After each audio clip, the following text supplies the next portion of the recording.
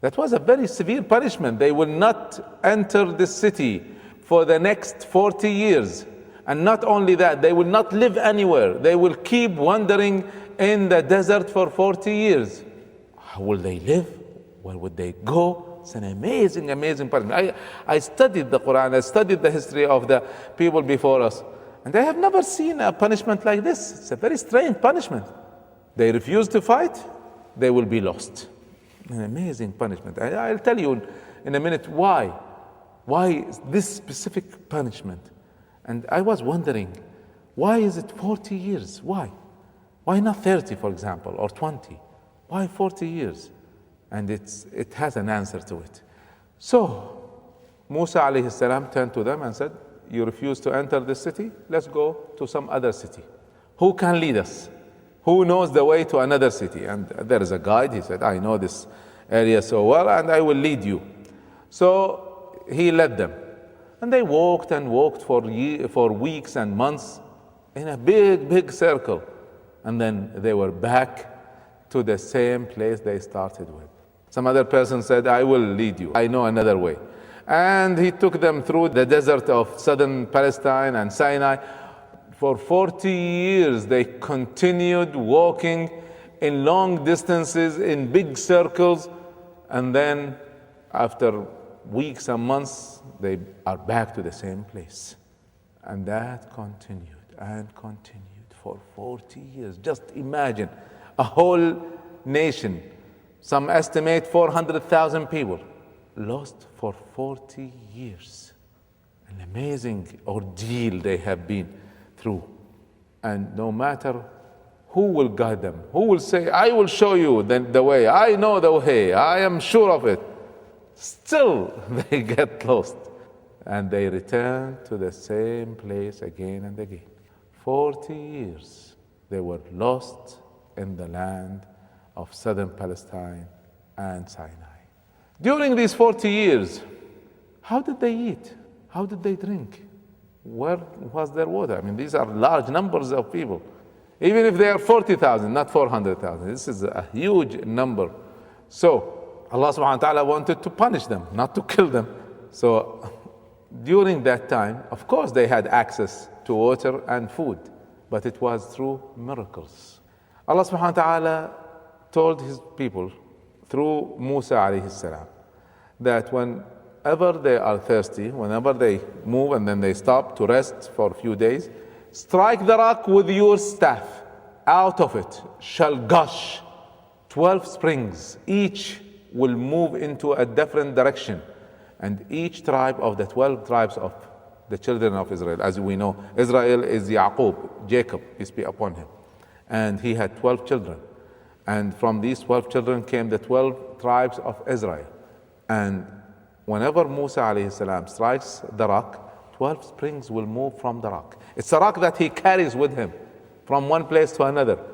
Whenever they settle, he puts the rock, strikes the rock, 12 springs come out of it, and each tribe knows exactly which spring belongs to it, to that tribe. And this is all mentioned in the Quran. So they drank by a miracle. They saw this miracle on a daily basis. And then because it's hot in the desert, Allah subhanahu wa ta'ala made a shade of clouds move on top of them wherever they go. So they had shade. They were not hurt with the sun. How did they drink other than water? What did they eat? Allah subhanahu wa ta'ala said, we gave them the shade of clouds and sent down to them manna and quails. Quails in the Quran, salwa, it's a bird. And manna is a plant. Wherever they went, 3 times a day, these huge number of birds, quails, would come next to them, settle down. And the children of Israel would come and catch them. They don't have to run after them. They just catch them, slaughter them, and they eat them. Allah subhanahu wa ta'ala says, eat of the good things we have provided for you. But they still rebelled. That's what Allah subhanahu wa ta'ala says in the Quran. Allah subhanahu wa ta'ala says, they did not harm us, but they harmed their own souls. So this is their food. 3 times a day they will have these grilled birds that they can eat again and again. And also throughout the land that they went, they found manna. Manna is a plant that has a small fruit that comes out of it, white color, very sweet. And wherever they went in the desert, they would find it. So that's how they drank, and that's how they ate, and that's how they were shaded, and that's how they got water for drinking and cleaning, etc. And for 40 years, they continued to see these miracles. An amazing, amazing story, an amazing situation. Just imagine with me, just imagine yourself seeing these birds coming down, finding manna wherever you go, only the places that you go to. It's not found anywhere else. And you see 12 springs coming out of a rock on a daily basis. Allah subhanahu wa ta'ala had provided for them. He had shown them miracles after miracles. They still complained. They said, and this is also in the Quran, "Oh Musa, we cannot continue eating one kind of food and drink one kind of drinks for 40 years. Let us go back to Egypt, where we can find some garlic and onions." They were looking for something that smells while they were provided with the best of food. And Allah subhanahu wa ta'ala, after the 40 years, would let them free. Why 40 years? Why is it that they continued to be lost? Of course, during these 40 years, many of them died and many of them were born. I studied generations of humanity and I saw that usually within 40 years, you see a change of hands. Imagine with me, look in your society. Who are the leaders of that society? Usually you'll find them between 30 and 70. That's the usual age of leadership, political leadership I'm talking about. And within 40 years, what will happen? Those who are 30, they will turn 70, and usually after that, they cannot lead anymore. So, of course, most people would not lead at 30, they would lead at 35 or 40, and then by 40 years, this generation is gone. So, the whole generation that was with Musa, who led the children of Israel, now is no longer leading. They all are dead. A new generation came during the wandering. A new generation. Just imagine with me, somebody who has been 15 years old, for example. Now, 40 years, they are 55, the ripe age of leadership. Why? Why is that? See, for about 400 years or so, the children of Israel were living in Egypt in slavery, and they got used to this slavery. And they started to imitate their masters, the Egyptians, who were not believers in Allah. The Israelis have always been believers in Allah, but the Egyptians were not. So Allah subhanahu wa ta'ala, when He saved them from Egypt, they still wanted to follow the way of the Pharaoh and his followers by worshipping stones and so on. And they asked Musa alayhi salam by saying, "Build for us a statue so that we can worship it." And the moment Musa left them, they created a statue, a calf of gold, and they worshipped it. So they were so much attached to materialistic gods. And this is deep in their hearts. Yes, they believe in Allah, but they want to see God. And if they cannot see Him, they would create a statue to worship. And that's what they did. Where did this come from? It did not come from Abraham or Jacob or Isaac or Ismail or Yusuf. It did not come from their prophets. It came from their slavery years when they were governed by Pharaoh and his followers, who did not worship Allah. They worshipped statues and they worshipped Pharaoh himself. So this generation that were used, that has been used for 400 years to slavery and to the ways of their masters, must change. And it would take 40 years to do that change. Of course, another reason is that for 40 years, the new generation that came who is not used to slavery has been born in freedom.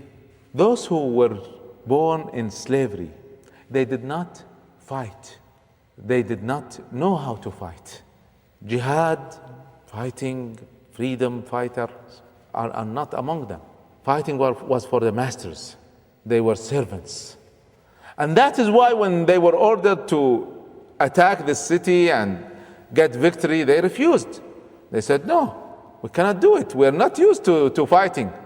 And Allah subhanahu wa ta'ala gave them the promise that if you only enter the door, just the door, you shall be victorious. All you have to do is conquer only the gate of that city. But they still refused. So, this is a useless generation. This is a useless leadership. It is so much attached to their masters, occupiers, and it is not used to freedom and fighting. How could these people start a civilization, govern a country? They were not suitable for that. They were tested, attacked the city, and they failed. They saw 12 miracles before entering into that city, before attacking the city. They saw the power of Allah subhanahu wa ta'ala 12 times, miracle after a miracle, and they still refused. So, with that, it was the decision of Allah subhanahu wa ta'ala to change the leadership of that civilization and create a new generation, a new civilization. So what happened? During the 40 years, all the leaders died. A new generation grew up in the wilderness, in the wandering, and they started to lead. Now, during that period of 40 years, during their travel, whenever they settle, they would be taught how to fight. And they have never seen anyone worshipping a statue, except for the older ones who saw that, but they were dead. Now the new generation, the leadership of the children of Israel now, is a pure leadership, not used to slavery, totally is born free, and at the same time, these people did not worship anyone, did not see anyone worshiping anyone but Allah subhanahu wa ta'ala. So now they are suitable to lead. And that's why we see that during these 40 years, Musa alayhi salam died, and Harun alayhi salam died, and the student of Musa, Joshua, led the children of Israel into victory. But before we go into that victory, there are certain stories that happened within these 40 years. Mainly two major stories that happened during this wandering.